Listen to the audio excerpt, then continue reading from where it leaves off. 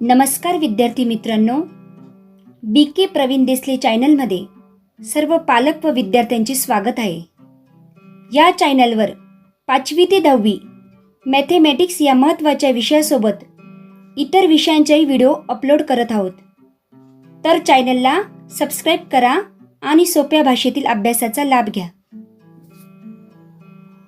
विद्यार्थ्यांनो, आज आपण इयत्ता 7वी विषय मराठी पाठ क्रमांक 2 श्यामचे बंधुप्रेम या पाठाचा स्वाध्याय अभ्यासूया. प्रश्न 1. पुढील प्रश्नांची 1 ते 2 वाक्यात उत्तरे लिहा. नवीन पाऊस सुरू होण्याचा मातीवर काय परिणाम होतो? उत्तर: नवीन पाऊस सुरू झाला की भिजलेल्या ओल्या मातीला एक रम्य सुंदर गंध येतो.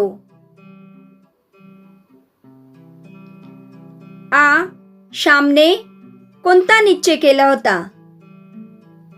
उत्तर: आपल्या धाकट्या भावाला नवीन कोट किंवा सदरा शिवून न्यायचा असा निश्चय श्यामने केला होता.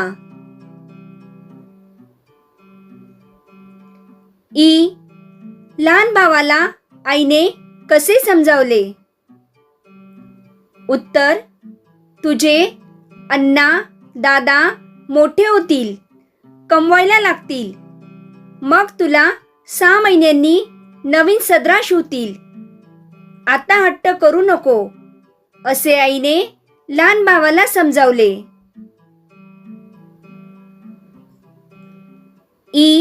श्यामचे वडील वरचेवर दापोलीला कशासाठी जात? उत्तर: श्यामचे वडील कोर्ट कचेरीच्या कामांसाठी वरचेवर दापोलीला जात.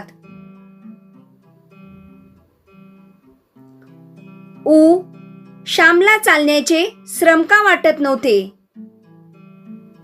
उत्तर: श्यामने धाकट्या भावासाठी नवीन कोट शिवून घेतला होता.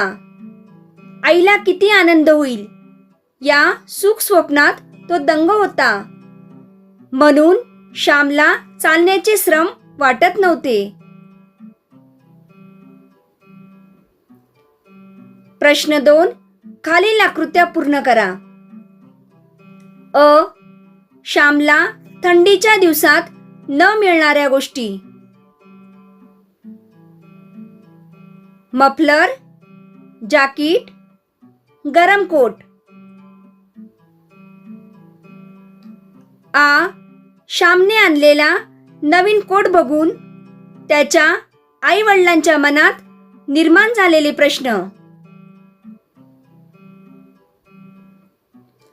उत्तर: 1. कर्ज काढले का? 2. कोणाचे पैसे चोरले का? 3. फीचे पैसे खर्च केले का? 4. कोट उधारीवर शिवून आणला का? प्रश्न 3. का ते लिहा. श्यामचे डोळे अश्रूंनी न्हाले होते. उत्तर: धाकट्या भावाचा कोट शिवून हातात आला. जवळच्या पैशात सारा खर्च भागला. आपण केलेला निश्चय पूर्ण झाला, म्हणून कृतार्थ भावनेने श्यामचे डोळे अश्रूंनी न्हाले.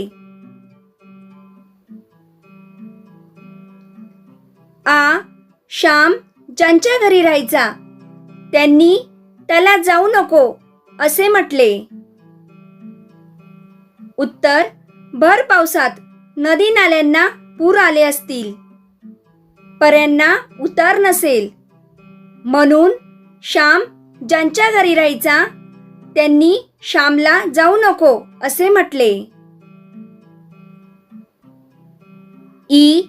पिसेचा पर्या दुथडी भरून वाहत होता. उत्तर: भरपूर पाऊस पडत होता व पाण्याला फार ओढ असल्यामुळे पिसेचा पर्या दुथडी भरून वाहत होता. ई. श्यामने सांगितलेली हकीकत ऐकून आईला गैवर आला. उत्तर. श्यामने खाऊसाठी दिलेले पैसे खर्च न करता धाकट्या भावाला नवीन कोट शिवला होता. श्याम भर पावसात अडचणींवर मात करून घरी आला. ही हकीकत आईने ऐकली होती. श्यामचे हे अपार बंधुप्रेम बघून आईला गैवर आला.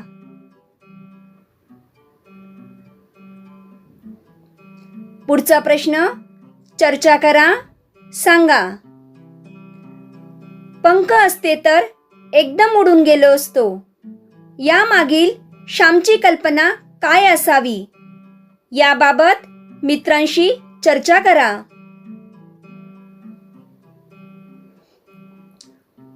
उत्तर.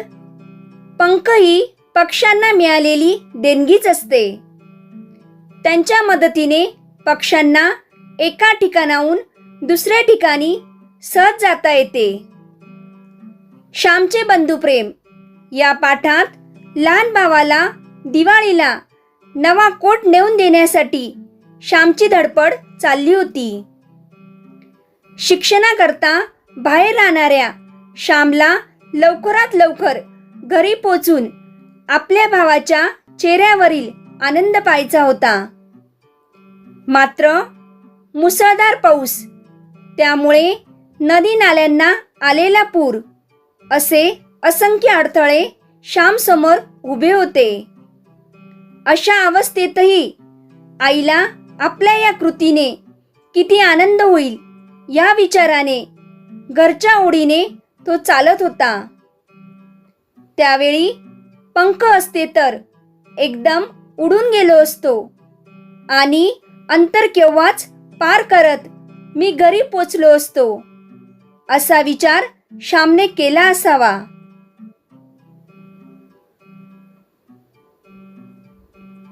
पुढचा प्रश्न. खेळूया शब्दांशी. अ. खाली दिलेल्या शब्दांच्या विरुद्ध अर्थाचे शब्द चौकटीत शोधून लिहा. दिलेले शब्द: थंड, सापडणे, सुगंध, थोरला, जुना, लक्ष, स्मृती. चौकटीत दिलेले शब्द: दुर्गंध, विस्मृती, नवीन, गरम, दुर्लक्ष, धाकटा, हरवणे.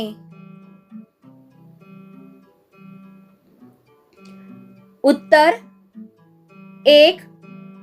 थंड, गरम. 2. सापडणे, हरवणे. 3. सुगंध, दुर्गंध. 4. थोरला, धाकटा. 5. जुना, नवीन. 6. लक्ष, दुर्लक्ष. 7. स्मृती, विस्मृती.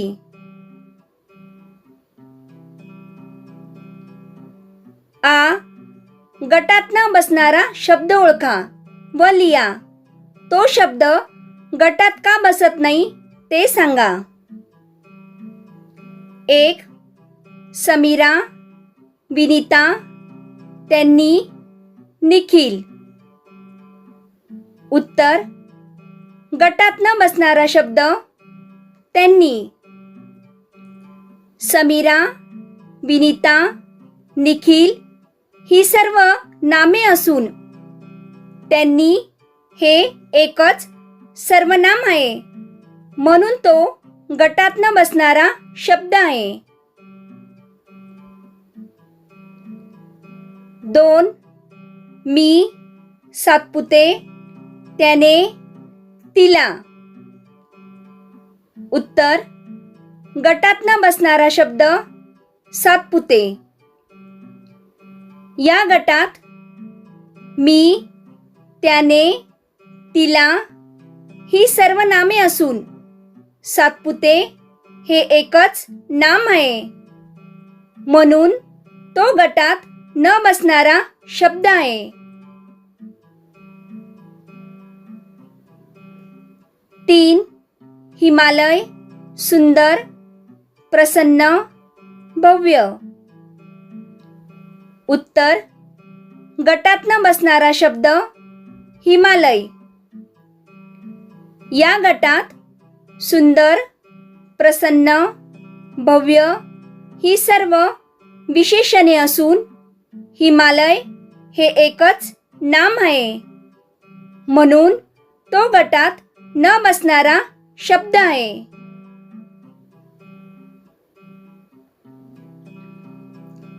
चार. लिहिणे, आम्ही, गाणे, वाचणे.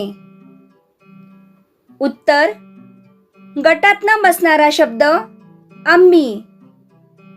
या गटात लिहिणे, गाणे, वाचणे ही सर्व क्रियापदे असून आम्ही हे एकच सर्वनाम आहे, म्हणून तो गटात न बसणारा शब्द आहे. पुढचा प्रश्न लिहिते होऊया. तुम्ही तुमच्या धाकट्या भावासाठी किंवा बहिणीसाठी कोणकोणत्या भेटवस्तू घेता? कोणकोणत्या प्रसंगी घेता? उत्तर: मी माझ्या धाकट्या बहिणीसाठी कधी कधी भेटवस्तू घेते. तिला बांगड्या, रंगपेटी आणि तिची आवडती पुस्तके मी भेट देते. अनेकदा तिला काय हवे ते विचारून मी तिच्या आवडीची वस्तू भेट देते. त्यामुळे ती खूप आनंदी होते. या व्यतिरिक्त तिच्या वाढदिवसाला आणि वार्षिक परीक्षेच्या निकालानंतर मी तिला भेटवस्तू देते. ती भेट स्वीकारताना तिचा खुललेला चेहरा पाहिला की मला खूप समाधान मिळते. पुढचा प्रश्न खाली दिलेल्या शब्दांचे क्रियाविशेषण अव्ययांच्या प्रकारानुसार चौकटीत वर्गीकरण करा. दिलेले शब्द: तिथे, दररोज, टपटप, क्षणोक्षणी, सावकाश, पलीकडे, अतिशय, पूर्ण, परवा, समोरून, जरा, मुळीच, कसे, वर, थोडा, सतत, झटकन.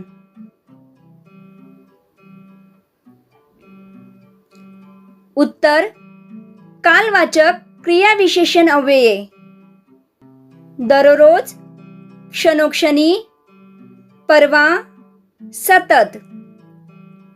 स्थलवाचक क्रियाविशेषण अव्यये: तिथे, पलीकडे, समोरून, वर. रीतिवाचक क्रियाविशेषण अव्यये: टपटप, सावकाश, कसे, झटकन. परिमाणवाचक किंवा संख्यावाचक क्रियाविशेषण अव्यये: अतिशय, पूर्ण, जरा, मुळीच, थोडा. विद्यार्थ्यांनो, आज आपण श्यामचे बंधुप्रेम या पाठाचा स्वाध्याय अभ्यासला. थँक्यू.